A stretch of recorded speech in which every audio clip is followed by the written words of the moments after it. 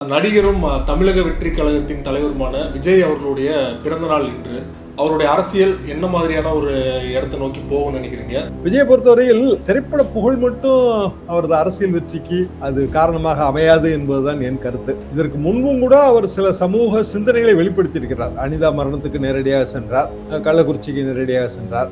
இப்படி சமூக சிந்தனைகளை வெளிப்படுத்தி இருக்கிறார். அதெல்லாம் நாம் பாராட்டுதலுக்குரிய விஷயம்தான். ஆனால் ஒரு கட்சி என்று வடிவமைக்கும் போது வெறுமனே எம்ஜிஆர் ஃபார்முலா மட்டும் சரியா வராதுங்கிறதா என்னோட கருத்துங்க.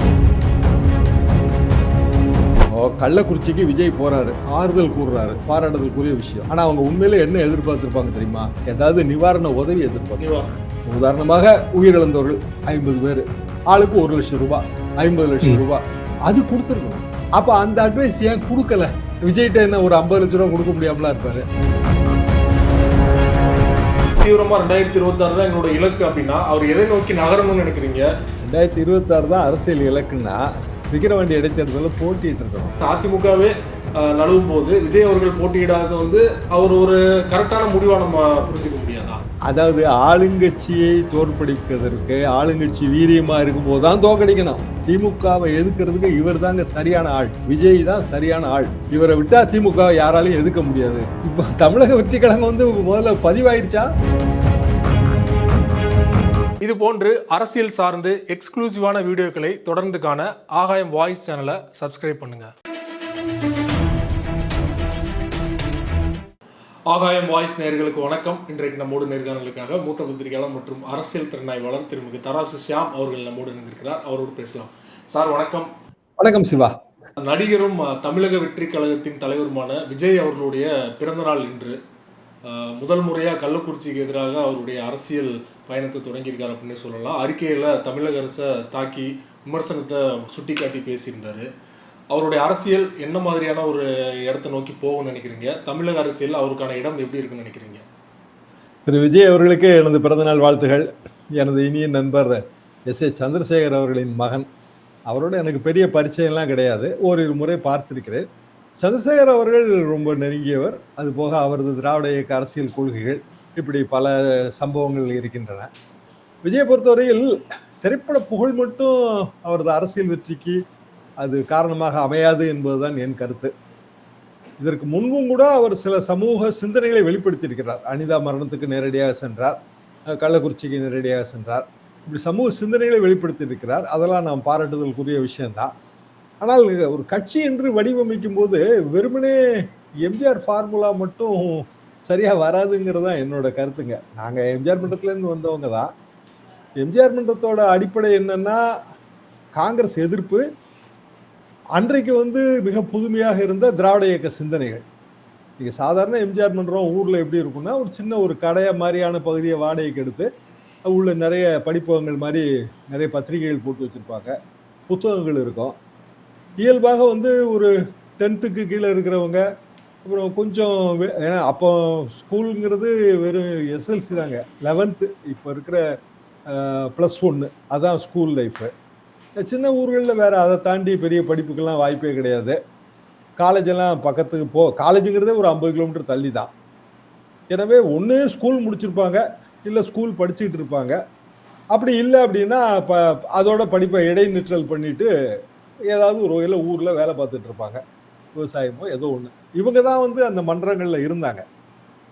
21 வயசு ஓட்டிங். அப்போ இவங்க வளர்ந்து வரும்போது, வாக்காளராக மாறும்போது அவங்க அந்த எம்ஜிஆரிசம் இல்லது எஸ்எஸ்ஆர் என்ன சொல்றாரு அது சார்ந்த திராவிட இயக்க கொள்கைகள், அண்ணா, கலைஞர், இப்படி போயிடுவாங்க. அதாவது நான் எதுக்காக இதை குறிப்பிடுறேன்னா ஒரு பரிணாம வளர்ச்சி இருக்கும். வெறும் ரசிகர்கள் கிடையாது, அவங்க பரிணாம வளர்ச்சி இருக்கும். திரைப்பட பாடல்கள் எல்லாமே, வசனங்கள் எல்லாமே அவங்கள நோக்கி இருக்கும். இது எம்ஜிஆருக்கு ரொம்ப கை கொடுத்தது. எப்போ? 72. அதாவது அவர் திமுகவில் பொருளாளராக இருந்து திமுக எம்எல்ஏவாகி திமுக எம்எல்சி ஆகி அதுக்கு பிறகு அவ்வளோ பெரிய உயரமெல்லாம் கண்ட பிறகுதான் தனி கட்சி. 45களில் கதாநாயகன்.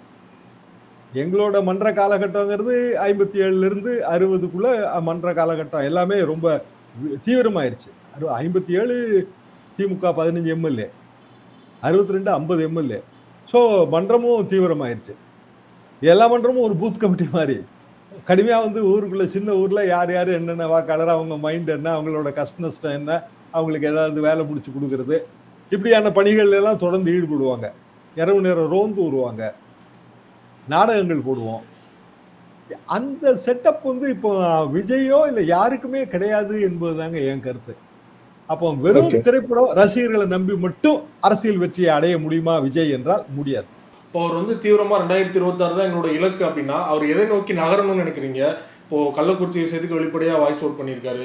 இந்த மாதிரி தொடர்ச்சியாக நிறைய பிரச்சனைகள் இன்னும் 2 வருடத்தில் தேர்தல் நடைபெற போகுது இல்லையா? அவர் என்ன மாதிரியான ஒரு அரசியலை முன்னெடுத்தா அவருக்கான ஒரு இடம் வந்து நிரந்தரமாக இருக்குன்னு நினைக்கிறீங்க? திமுக பாஜக வந்து வீரியமாக எதிர்க்கணும், எதிர்ப்பாருன்னு நினைக்கிறீங்களா? 2026 தான் அரசியல் இலக்குன்னா விக்கிரவாண்டி இடைத்தேர்தலில் போட்டிட்டு இருக்கணும். எம்ஜிஆர் வந்து 72ல் கட்சி ஆரம்பிக்கிறாரு. 5-6 மாசத்துல திண்டுக்கல் இடைத்தேர்தல் வருது. அதிமுக போட்டியிடுது. ஆளுங்கட்சி திமுக, பிரதான எதிர்கட்சி பெருந்தலைவர் காமராஜர் தலைமையிலான ஸ்தாபன காங்கிரஸ், மத்திய ஆளுங்கட்சி இந்திரா காங்கிரஸ் எல்லாத்தையும் எதிர்த்து களங்காண்டுறாரு. வெற்றி பெறாரு 1 லட்சம் ஓட்டு வித்தியாசத்துல. அதுக்கு பிறகு அந்த அவரை வந்து அது வரைக்கும் நடிகர்னு ரொம்ப ஒரு ஏளன பார்வை பார்த்தவர்கள் எல்லாம் அவர் பெரிய அரசியல்வாதின்னு ஒத்துக்க ஆரம்பிச்சாங்க. நேற்றோட விக்கிரவாண்டி வேட்புமனு தாக்கல் முடிஞ்சிருச்சு. தேர்தலில் போட்டியிட போறது இல்லைன்னு விஜய் அறிவிச்சிட்டாரு. ஆனா இதுக்கு அடுத்தாப்புல வர இடைத்தேர்தலையாவது அவர் போட்டியிடுற முடிவு எடுக்கணும். அது வெற்றி தோல்வி இல்லை அதுல பாயிண்ட். அதுதான் வந்து அந்த என்ன சொல்ல அரசியல் ரீதியாக அவருக்கு ஒரு பிம்பத்தை ஏற்படுத்தும். இப்போ இடைத்தேர்தலில் போட்டியிடாம ஒதுங்கிறதுல லாபமே கிடையாது. பொது தேர்தல் வந்த உடனே மட்டும் எப்படி எல்லா தொகுதிகளையும் ஆளை நிறுத்த முடியும்?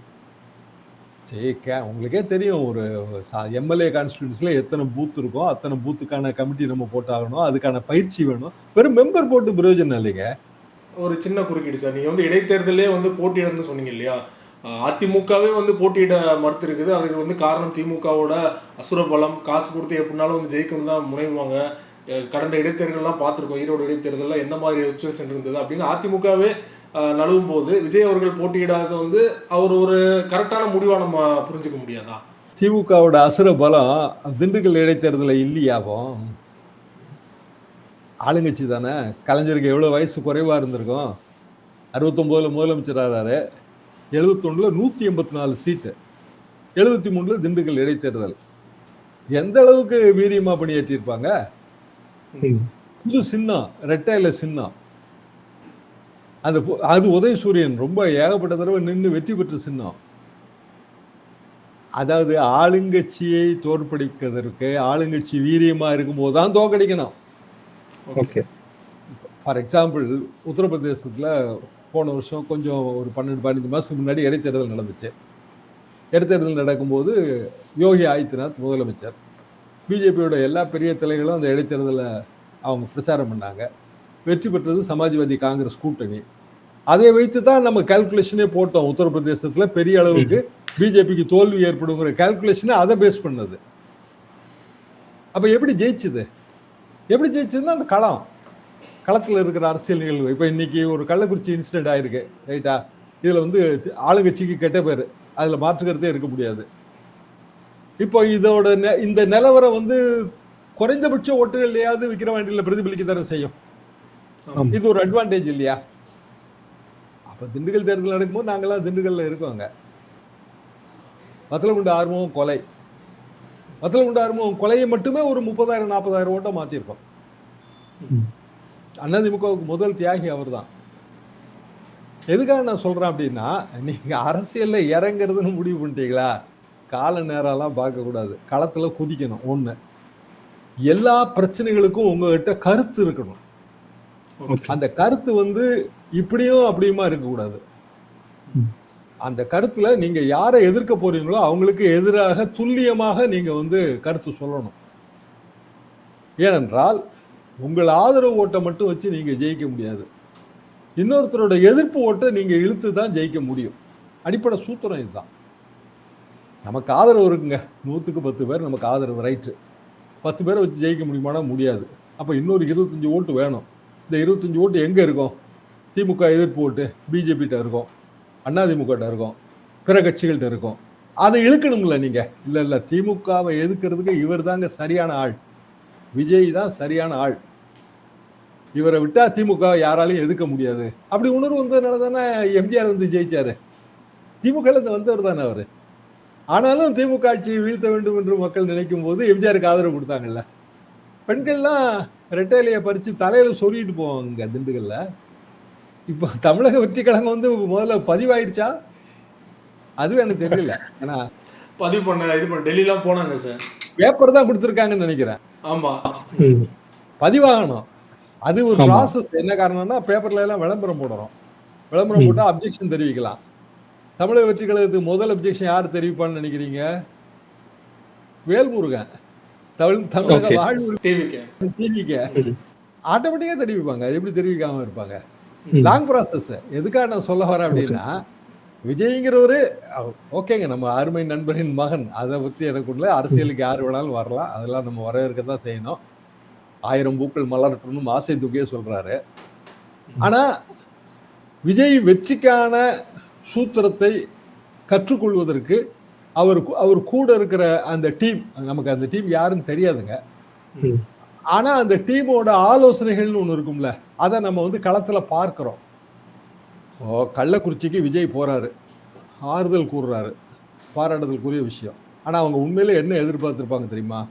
ஏதாவது நிவாரண உதவி எதிர்பார்த்து. உதாரணமாக உயிரிழந்தவர்கள் 50 பேர், ஆளுக்கு 1 லட்சம் ரூபாய், 50 லட்சம் ரூபாய் அது கொடுத்துருக்கணும். வெறும் வாய்வெளி ஆறுதல்னால பயன் கிடையாது. அந்த குடும்பம் வந்து சம்பாதிக்கக்கூடிய ஒரு தலைமகனை இழந்திருக்கும், இல்லை வந்து ஒரு தாயை இழந்திருக்கும், குழந்தைகள் இருப்பாங்க. ஏதாவது ஒரு வகையில் அவங்களுக்கு நம்ம கொடுக்கக்கூடிய நிவாரணங்கிறது உயிரை நம்ம திருப்பியே கொடுக்க முடியாது. ஆனா அந்த நிவாரணங்கிறது வேற வழி இல்லையா, பணமாவோ பொருளாவோ தானே கொடுக்க முடியும். அப்போ ஒரு சினிமா ஸ்டார் ஆறுதல் கூட வரும்போது என்ன எதிர்பார்ப்பாங்க பாதிக்கப்பட்ட ஏழைகள்னா? நிவாரண உதவியை எதிர்பார்ப்பாங்க. அப்ப அந்த அட்வைஸ் ஏன் கொடுக்கல? விஜய்கிட்ட என்ன ஒரு 50 லட்சம் ரூபாய் கொடுக்க முடியாமலா இருப்பாரு? ஒரு படத்துக்கு 150 இருந்து 200 கோடி ரூபாய் வாங்குறாரு. சாதாரண ஒரு அவரோட அடுத்த படத்தோட ப்ரொடியூசர்கிட்ட சொன்னாலே அவரே கொடுத்துட போறாரு, அவ்வளவுதானே. அதாவது அந்த ஆலோசனையை சரியா சொல்லல. மனசு இல்லைன்னு நான் சொல்லவே இல்லை, மனசு இருந்திருக்கு. அனிதா குடும்பத்துக்கு கூட ஏதோ ஒரு நிவாரணம் கொடுத்தாருன்னு நான் நினைக்கிறேன். மனசு இருந்திருக்குங்க, மனசு இல்லாமலாம் இருக்காது. அந்த டைம்ல அது சரியான ஒரு அறிவுரை போய் சேரல. டைம்ல இதை இப்படி செய்யணுங்க, இதை ஆர்கனைஸ் பண்ணணும், நீங்க இப்படி போகணும், இந்த மாதிரி. ஏன்னா அதுவே ஒரு ஆர்ட்டுங்க. ஆனா அரசியல் அதுதானே சார் ரொம்ப முக்கியம்.